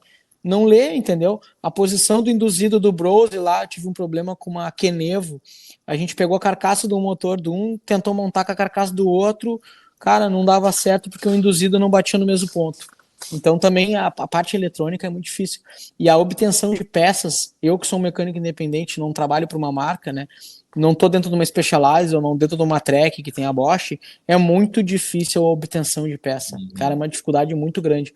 Então assim, ó, é um mercado... Como é que você faz para obter as peças? Como é que você... A gente faz contato com o mundo inteiro, né? Tem que vir vem peça da Alemanha, vem peça dos Estados Unidos, então tem que ter uma networking de contato muito forte para conseguir trazer peças do motor, e parte de ferramenta, no caso, para tirar extrator, motor, isso aí eu fiz tudo. Então, para os Bros da Specialized, eu fiz uma caixa de ferramenta para sacar os eixos, sacar a embreagem, tirar o rolamento. Então, o rolamento é uma coisa que eu troco no Shimano, né, com 5.000 km. 5.000 eu troquei rolamento do meu motor. Tá? O meu motor agora, que está na OG ali, tem 7.200, então com 5.000 eu troquei os rolamentos. Não mexi na placa, beleza. O rolamento central mesmo. O rolamento central, 6805 até o número ali. Então esse rolamento eu uso ali, tá? Esse aí eu troquei. Só que quando dá pau na parte eletrônica, velho, né? EP8, o que eu tenho ali, né? Então, esse eu abro aí, quando saiu da garantia eu até troco. Só que o problema não é a parte mecânica, e sim a eletrônica. Então a eletrônica quebra no cara, entendeu? Então isso aí, eu não tenho essa noção muito da eletrônica, né? Eu sou mais mecânico mesmo, né? Então a parte eletrônica para mim é uma, como é que eu digo, é um buraco negro, velho. Porque tu não consegue enxergar a eletrônica, né? Deixa eu te emendar uma outra história. E as caixas de câmbio? Eu confesso para você que minhas horas andando com aquele negócio pendurado que bate em pedra e arranca, já quase deu. E eu tô assim, namorando demais as caixas de câmbio já faz um tempo. Pinion.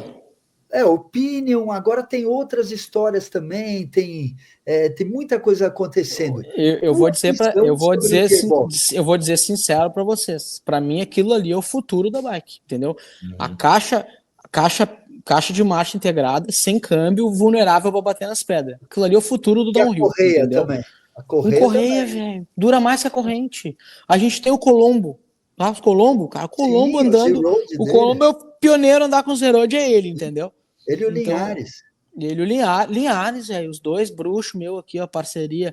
O Linhares, inclusive, corre na mesma categoria que eu. Então, assim, ó, ano passado, eu ia pegar uma Zerode com Colombo e acabei não pegando porque a gente teve enchente aqui no Rio Grande do Sul, tive um prejuízo. Por que eu não tenho um computador e um alto-falante, que eu tô falando com vocês no telefone com problema? Porque na época da enchente, o que aconteceu? Aqui a minha calha encheu, quebrou a parte de cima, eu perdi... Não, aqui não alagou, porque eu moro numa área alta, a gente está a 160 metros aqui de altura, só que o que aconteceu? O volume d'água foi tão grande que as minhas calhas não deram vencimento, uma pomba morreu e caiu numa calha, transbordou a calha, e eu tinha uma cascata dentro da oficina, então eu perdi computador no escritório, perdi HD externo, perdi fone, alto-falante, perdi tudo, então por isso que eu não tenho um alto-falante aqui no outro computador. Recuperar.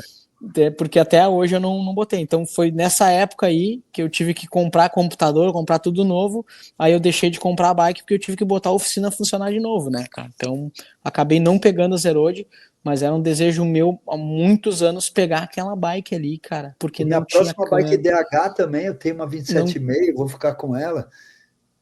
Tem um projetinho aí de quando eu fizer 60 anos de andar o Mundial. Inclusive, ano que vem, Mundial de Mountain Bike Downhill, Chile, ano que vem. E daqui Tô querendo ir também. E aí, quando eu fizer 60 anos, eu vou merecer ter uma caixa de câmbio. Ano que Cara, vem eu tô namorando, tem uma bike que eu acho que é uma marca FD, que eu tô vendo, tem bastante lá fora.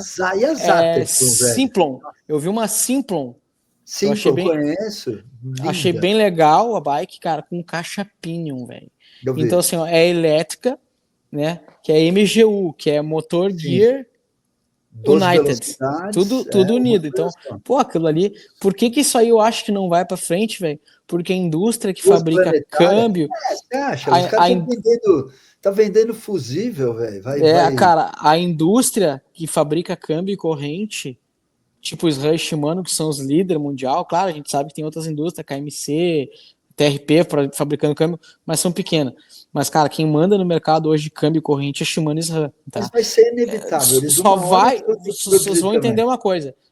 O Gearbox só vai pra frente no dia que a Shimano e a SRAM produzirem Gearbox. Né? Porque assim, olha... Não vai ficar com os menores aí também fazendo.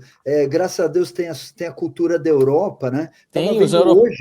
O europeu, ele é muito independente, né, cara? Faz a fábrica pequena. Tá tendo um festival em Lago de Garda, que é o maior festival do mundo de e-bike. Cara, a quantidade de motor que você nunca ouviu falar e de caixa de câmbio que tá vindo, bombando. Só que são startups. Precisa de aporte para virar. O que aconteceu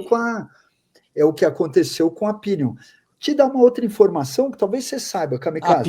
A Pinion tá vindo muito forte lá fora. Tu vê muita. Agora, inclusive, tem um aporte de grana. Tem um prêmio, tá rolando até uma premiação na Copa do Mundo, que eu acho que vai ser 100 mil euros o cara que ganhar com Gearbox, né? Então, só que quem vai dar é a Gates. A Gates, que é a correia, né? Fabricante de correia, né?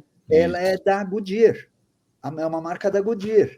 E ela que vai dar os 100 mil euros para pessoa física, ou homem ou mulher que ganha a Copa do Mundo. Outra informação legal, Kamikaze, o motor Brose, que é um motor renomado, que inclusive o motor Brose sem correia agora equipa as novas Levo, né? Geração Sim, 4. Tudo sem correia, geração a G4, né? Não tem correia mais. Você sabe quem que comprou a Brose? A japonesa é Yamaha? Yamaha Motors Company Yamaha. comprou a Brose, mano. Eu vi isso aí, cara. E a Yamaha comprou também metade de uma empresa francesa de moto trial elétrica, que já tem caixa de câmbio, cara. Então, a compra dessas empresas menores... Isso me lembra muito quando a Honda fez as bikes de downhill com gearbox. Tipo, 2003, eles não fizeram para fazer bike para vender. Eles fizeram para o CVT pronto, criar tecnologia, velho. Exato. É um CVT. É para criar tecnologia. Total. Então, muito legal. Por isso que eu acho que esse negócio do a gente vivenciou muito isso. Eu acho que o já é realidade, né, Caê? É o que o Kamika falou. Para furar a bolha mesmo, para virar popular, uma gigante tem que produzir. Senão vai ser ainda caro. A Pinion é uma empresa alemã, grande e tal. Ela vai fazer o negócio, mas não vai furar a bolha. Vai ficar restrito ainda a quem é mais fuçado para ter, né? É que às vezes, tio, a demanda do mercado vem do próprio mercado, dos consumidores, né? Então... O que a galera tá consumindo é o que as fábricas vão produzir, entendeu? Que nem ali as marcas lançam hoje, né? Tem uma fama de produto SL, né? O que é o SL? É o Super Light. Que para mim é o super lixo, tá? Sendo bem sincero com vocês. Então, o cara que ele compra o Super Light hoje, qual é o público que ele agrada? Ele agrada um público que está começando hoje no mountain bike, fissurado por leveza. A transição de bike normal, né? Então assim, aquilo ali enche ele enche os olhos, mas para quem anda mais tempo, cara, são peças que não aguentam, entendeu? Sim. Então tudo que tu vê que é SL hoje, o cara que quer provavelmente que busca resistência, provavelmente o mercado investe no Super Light, não é pro cara de ponta, né, meu? Às vezes não, cara, não é pro cara de ponta. Né? O cara de ponta independe, porque se o cara de ponta tá andando, ele não tira do bolso dele, a fábrica paga para ele andar. O Nino Shooter, porque que ele vai usar todo o sistema eletrônico Fly Attendant, porque eles bota para ele andar, entendeu?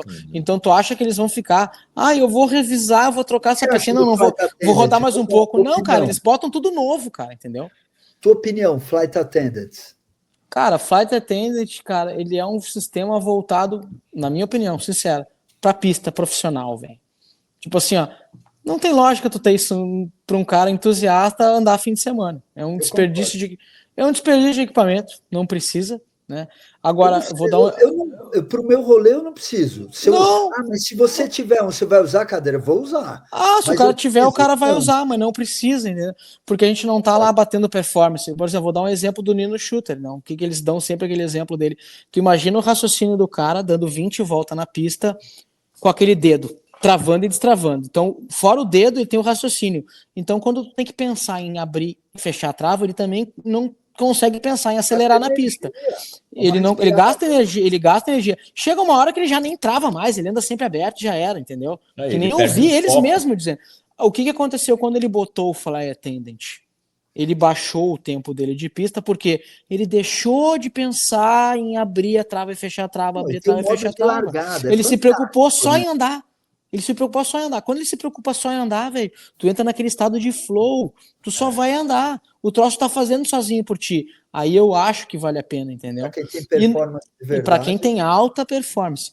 Pro mero mortal que vai andar, velho, cara, é legal. É uma barra alta, não é para, né? Não, é um mero mortal que entende de bike, entendeu? Eu instalei alguns aqui, né? Um pessoal que corre em algumas provas.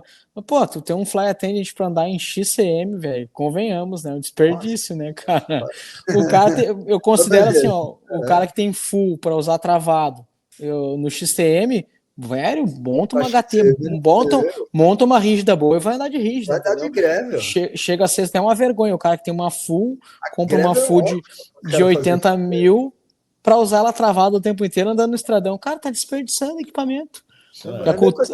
A cultura no Brasil tem um nome errado das coisas, né? Eu sempre costumo dizer que no Brasil tu fala, eu fiz trilha, é os caras andando no estradão. O cara andou no estradão, fiz trilha. Não, cara. Sabe que eu tô numa escola de bike, né? E uma das coisas que eu mais pego é isso. É mountain bikers vindo até mim, mas que anda. E aí o cara vendo que ele veio comigo conhecer o mountain bike, velho. E pra te ver? Andar, velho. Fala, não, mas aqui na minha região. Beleza, não tem problema. Cara, eu sou carinhoso. Mas falou, mountain bike é daqui para frente. E aí você apresenta assim a pontinha do iceberg, você põe um cara na trilha do macaco.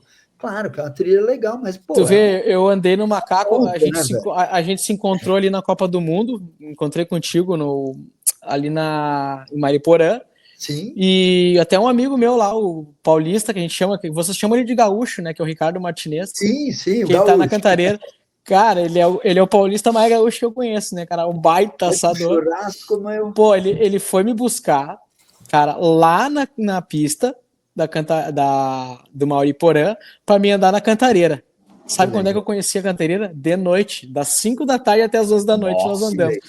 O Digão, na época, o Digão, acho que vocês conhecem, ele mesmo, me emprestaram um capacete, me emprestaram um farol. Não, Camica, você vai andar na Cantareira hoje, não importa se for até a meia-noite.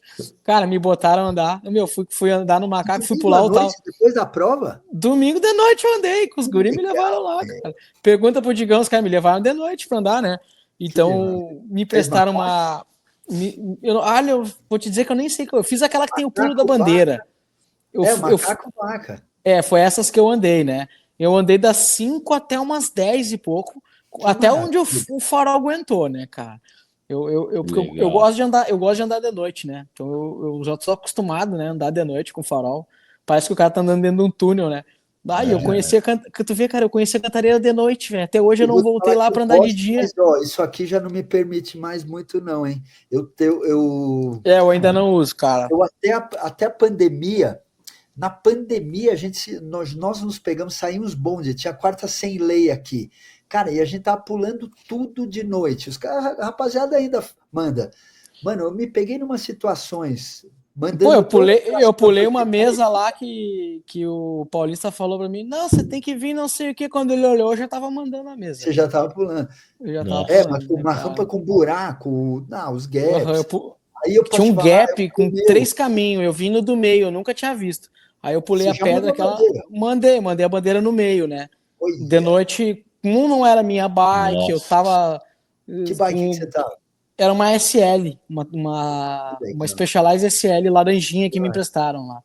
Aquela que é a Specialized Turbo Levo mais fraquinha, ela, sabe? Sim. Mas já foi uma baita experiência, né, cara? Que legal. Eu quero ter um tempo para voltar lá e andar de novo. Não, você vai vir. Kamika, não é para ser polêmico, mas vamos perguntar.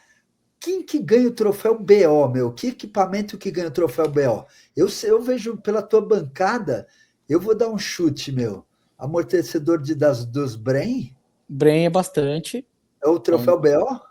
Não o troféu BO, mas ele é um... Tem um ano que ele teve aquele problema do diafragma, que foi 2018, que começou a vir muito daquele ali, através do até de um amigo meu que é lojista, me pediu para criar uma solução, né? E aí eu criei na época a solução que era aquele kit de pistão flutuante. Só para dar uma ideia para vocês, tá? Eu produzi otimizou o equipamento. Eu otimizei. Eu inclusive eu registrei, né? Só para dar uma ideia em números, tá? Em números. Eu fabriquei até hoje 3.500 kits IFP. Nossa. Sim, e eu tenho no estoque agora, se eu disser para vocês que eu tenho 70 peças no estoque. Olha quantos que eu já fiz. Esse do modelo, é a primeira geração do Brain. O que você otimiza o Brain? Na verdade, o que acontece? Tudo hoje, né? Todas as peças do mercado, se vocês parar para perceber, elas não têm a mesma durabilidade dos componentes antigos. Então, assim, ó, a matéria-prima em si, ela já gasta mais rápido, as hastes gastam mais rápido, os banhos anodizados, eles desbotam rápido, tudo gasta mais rápido. Nem o Kashima é mais o mesmo Kashima. Nem o Kashima é mais a mesma coisa, né? Eu tenho o Kashima meu aqui da Potenza, ele vem pálido, sabe? Pálido. Então, com 3 meses eu gastei o Kashima amortecedor. O Kashima que não pode mais tomar sol. Sabe? Inadmissível, né? Então, ao mesmo tempo, eu tenho o Fox Kashima Talas de 2009 que tá até hoje funcionando. E as fazendo... então, velho, as antigas? Aquelas rodavam, cara, tu botava óleo e tu rodava 5 anos com aquilo, não vazava. Hoje, se tu pegar uma Fox 38, que nem eu tô usando ali na minha... Tenho na outra bike uma 38 e tem uma Zeb na Sense, né? Eu tenho as duas bikes. E o que eu vou te dizer, cara? Se tu não abria 6 meses aquele lower leg, cara, tu come as hastes. E não é assim, ó, tu piscou, olhou de novo, o Ratiomar, vou fazer na outra semana.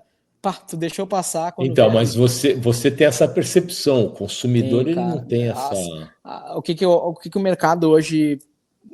Existe, né, a obsolescência programada. Então, o que acontece? Hoje é uma busca constante, não pela evolução, e sim pela involução. Eles evoluem na performance, talvez... Obviamente, os amortecedores de hoje, elas funcionam muito melhor em termos de funcionamento e regulagem, mas a durabilidade, ela caminhou num caminho totalmente inverso, entendeu? Por quê? Porque eles começaram a ver que se eles fizerem um item que dura muito, eles param de vender componente de reposição. Antes eu chegava para fazer uma manutenção num amortecedor Fox, né, que é o DPS, por exemplo, aquele modelinho AR, que é o que mais tem, né? Tu pegava um CTD, aqueles mais antigos, pô, tu rodava 3 anos com CTD, tu abria, trocava o óleo, usava o mesmo reparo e rodava mais 3 anos. Nossa. E tu trocava o óleo e funcionava. Cara, e vinha com haste de aço temperado, aqueles Vanilla RC, sabe? Cara, aquilo aí desmanchava o reparo e tava funcionando. Hoje, tu pega um DPS, por exemplo, eu tô fazendo ali na bancada, tem 5 amortecedores DPS. Eu vou até mostrar para vocês aqui, vocês entenderem o que a gente está falando. Ó. Faz um rolê nessa oficina aí para a gente ver, cara. Eu vou ligar essa luz aqui do painel para vocês verem. Já estamos com 1h24, rapaziada. Que até funcionar ali demorou, né? Mas aqui eu vou mostrar aqui para vocês aqui, ó, deixa eu ver, ó. Isso aqui, ó. Isso aqui é um DPF, tá? Esse choque, por exemplo, é impossível eu fazer uma manutenção hoje nesse amortecedor com 1 ano que eu não troque todos os reparos dele. É impossível abrir ele, trocar o óleo e cobrar R$450. Impossível. Não tem como fazer isso mais. Por quê? Porque simplesmente os reparos chegam já vazando, as hastes já chegam gasta, e não tem como eu fazer essa manutenção sem trocar todos os kits de reparo. Então hoje é uma manutenção dessa aqui do choque que tem 1 ano, ela vai custar R$1.100, velho, entendeu? Tu não consegue mais fazer uma manutenção de 450 de só trocar o óleo, que nem a gente fazia. Dá um rolê aí na tua oficina, então, pra gente ver tua oficina, cara. Ó, aqui o painel, esse aqui é o painel do lado da porta, tá? Aqui é o outro painel, que é a parte de rolamento, todas as ferramentas de rolamento que eu fiz aqui, ó, tá? Aqui eu tenho a prensinha que eu troco, ó. Bonita, cara. A prensinha. Deixa eu vou variar aqui, deixa eu só ver. Desculpa. Não sei se vai dar certo. Ó. Deu não. Aqui é o torno. Não deu. Não deu, né? Torninho. Não. Vou voltar para a original. Ó, aí, testamos, vai. Tá vendo aqui a lavagem, né? Que eu tenho o sistema de tratamento de efluentes. Toda a água da chuva, a gente junta a água da chuva. Aqui é tudo... Tem filtros aqui, né? Tudo com filtro, tá? A água da chuva, a gente reutiliza. Aqui é uma fresadorinha antiga que eu tenho adaptada desde 94. Ó, então aqui é a sala que eu tenho várias peças também. Aqui, eu vou mostrar pra vocês aqui, ó. Aqui tem muita peça de vários anos. Tudo organizadinho, sabe? Óleos de fornecedores de várias marcas. Né? Nossa, é muito legal ver essa tua... E aqui o painel, olha essa parede aqui, velho, de plaquinha. Isso aí me lembra Bactec Jardins, tinha parede. Então essa parede também. É tudo minha, né? As plaquinhas tudo minha. As plantas, né, que a galera me pergunta se é de verdade. Sim, galera, as plantas são de verdade, não é nada de plástico, né?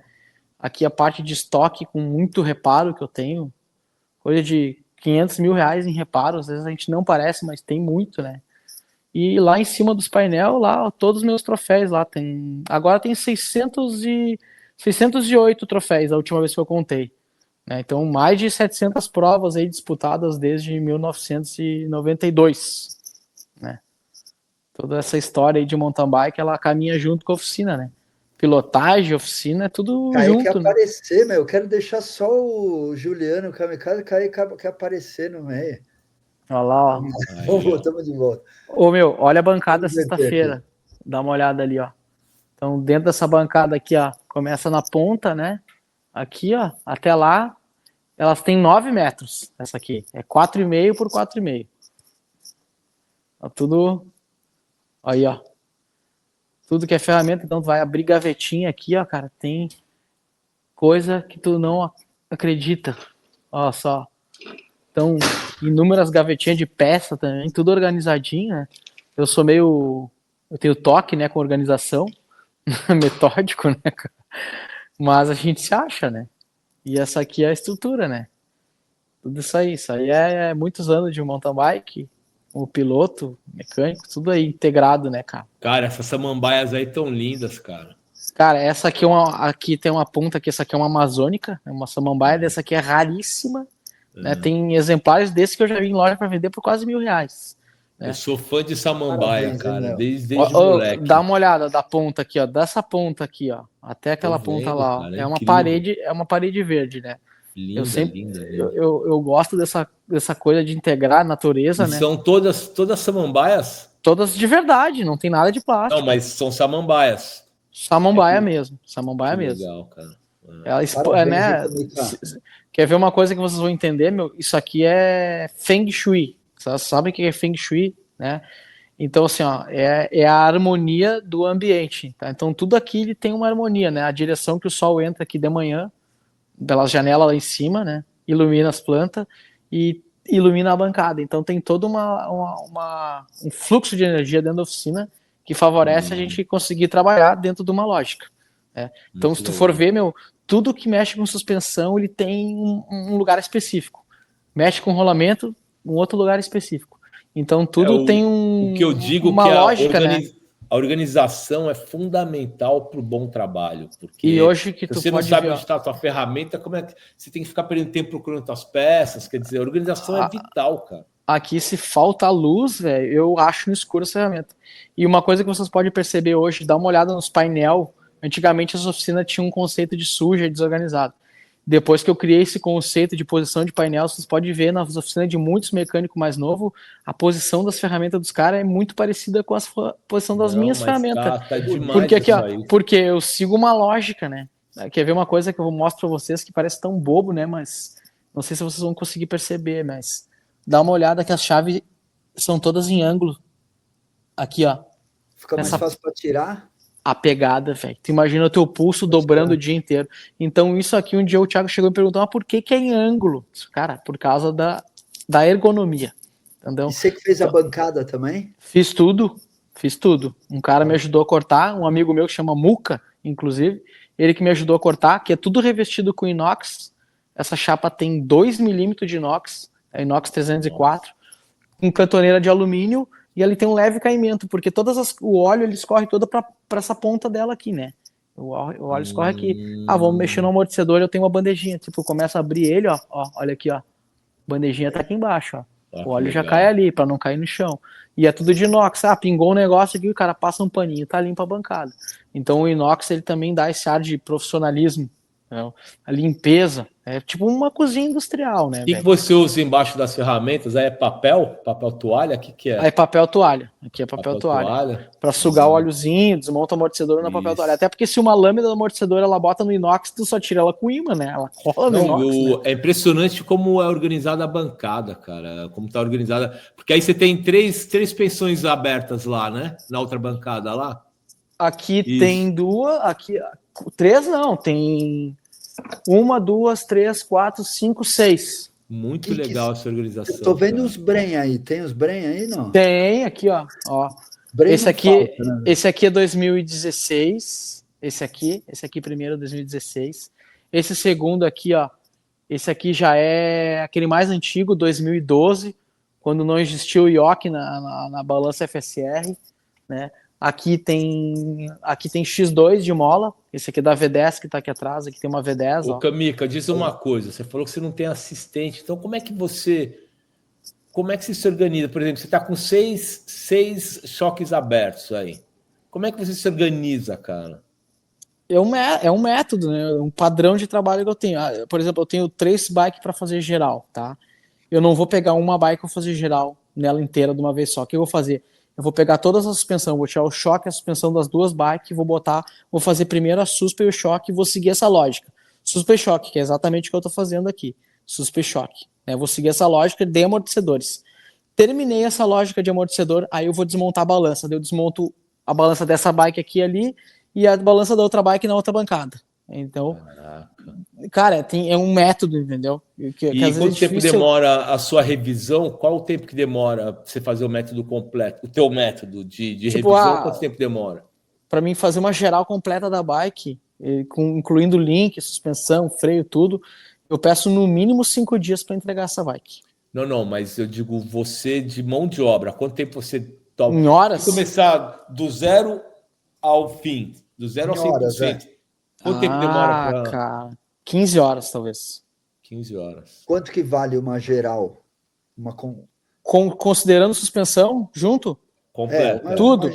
Vou dar um exemplo de uma demo que eu estava fazendo semana passada. Deu 4 mil, por exemplo. Legal. 4 mil. Mas daí, claro, tudo, rolamento. Só que eu não faço, que nem eu digo, eu não faço ela numa tocada só. Vou pegar aquela demo e vou desmontar ela numa tocada só, porque eu levaria muito mais tempo fazendo isso. Eu levaria muito mais tempo. Nesses mesmos 5 dias eu consigo fazer 4 bikes desse meu método, porque eu vou fazendo um pouco de cada uma junto. O cara que compra uma bike de 100 pau, ele tem que estar ciente que a manutenção dela é condizente com o valor. E tem que investir, cara. Não tem outra opção.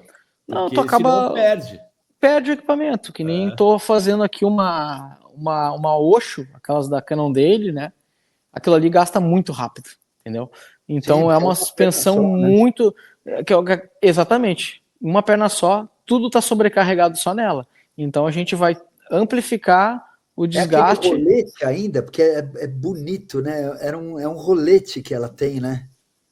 Aqui, Eu ó. cheguei a usar ela left numa bike de enduro. É exatamente isso aí. Esse aqui das antigas ainda, PBR de sanfona. Vou dar um exemplo, a diferença do tamanho já desse aqui que é mais, esse aqui das mais modernas ali da 2.0, ó. Esse aqui já é da 2. Essa aqui é da 2.0, tá? Que é a left antes de ser a Osho. E a Osho não, da Osho ela já não usa mais 4 roletes, ela usa só 3, né? E... sobrecarrega mais. Aqui tem uma aqui, ó, aqui, por exemplo, ó. Aqui eu fiz de tarde, ó. Essa aqui é a Osho, ó. Ó.